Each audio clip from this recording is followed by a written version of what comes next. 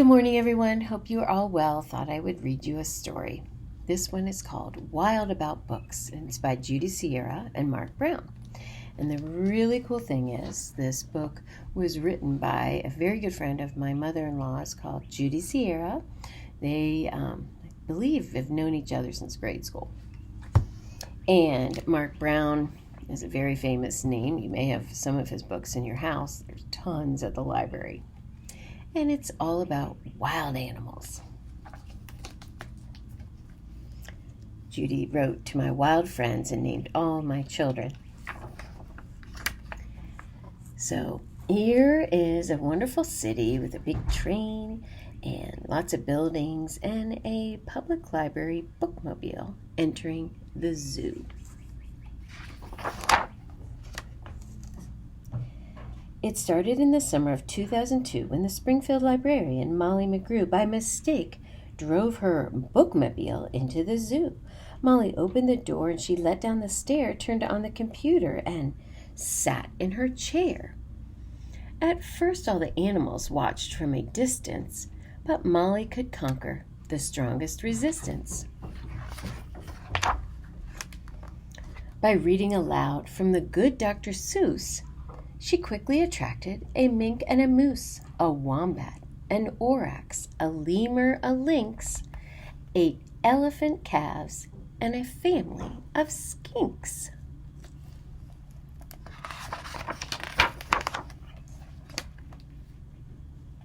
In a flash, every beast in the zoo was stampeding to learn about this new something called reading.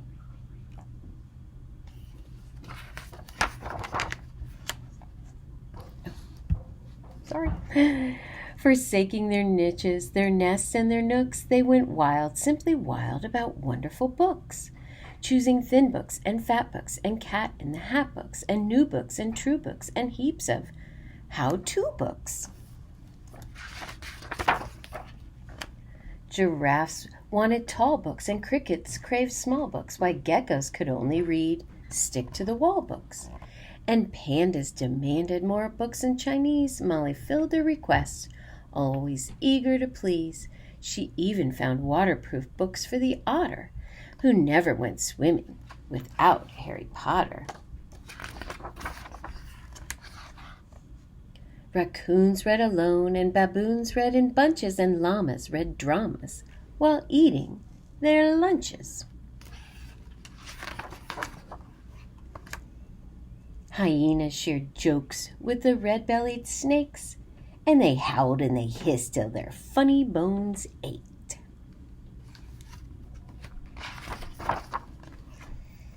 A tree kangaroo who adored Nancy Drew began solving mysteries right there at the zoo, such as, why were the bandicoots book overdue? Is he reading or building a house? Gently Molly taught lessons in treating books right, for the boa constrictor squeezed Crictor too tight, and baby bunnies mucked up the goodnight moon with their paws, and giant termites devoured the Wizard of Oz. And bears' love of books was completely outrageous. They licked the pictures right off of the pages. Tasmanian devils found books so exciting that soon they had given up fighting for writing. They made up adventures so thrilling and new that the others decided to be authors too. Pythons wrote with their tails, and penguins wrote with their bills, and porcupines wrote with their very own quills.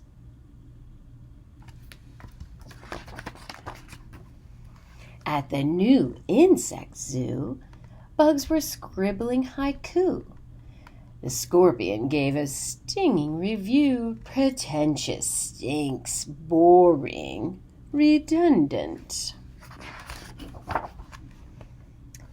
As the cheetah's new novel began to take shape, he read chapters each night to the Barbary ape.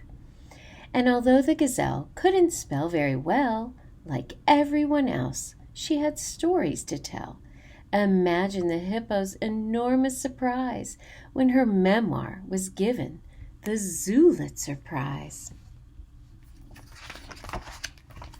With so many books, Molly knew what to do.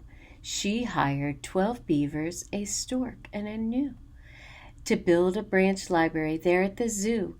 Then the animals cried, "We can do it ourselves. We can check the books out. We can put them on shelves." And they did, and they do, up to this very day. 3 cheers for Zoobrary. Hip, hip, hooray! When you visit the zoo now, you surely won't mind if the animals seem just a bit hard to find. They are snug in their niches, their nests, and their nooks, going wild, simply wild, about wonderful books. And the neat thing is, both Mark Brown and Judy Sierra dedicated this book to one of their favorite authors in the whole world, Dr. Seuss, which we, of course, know and love as well. That was just a little book I wanted to read with you guys today, but I hope and trust that you guys are still doing your awesome reading at home and perhaps begin writing wonderful stories. And don't forget, if you have lots of thoughts going on, have someone else write your stories down. Miss you guys.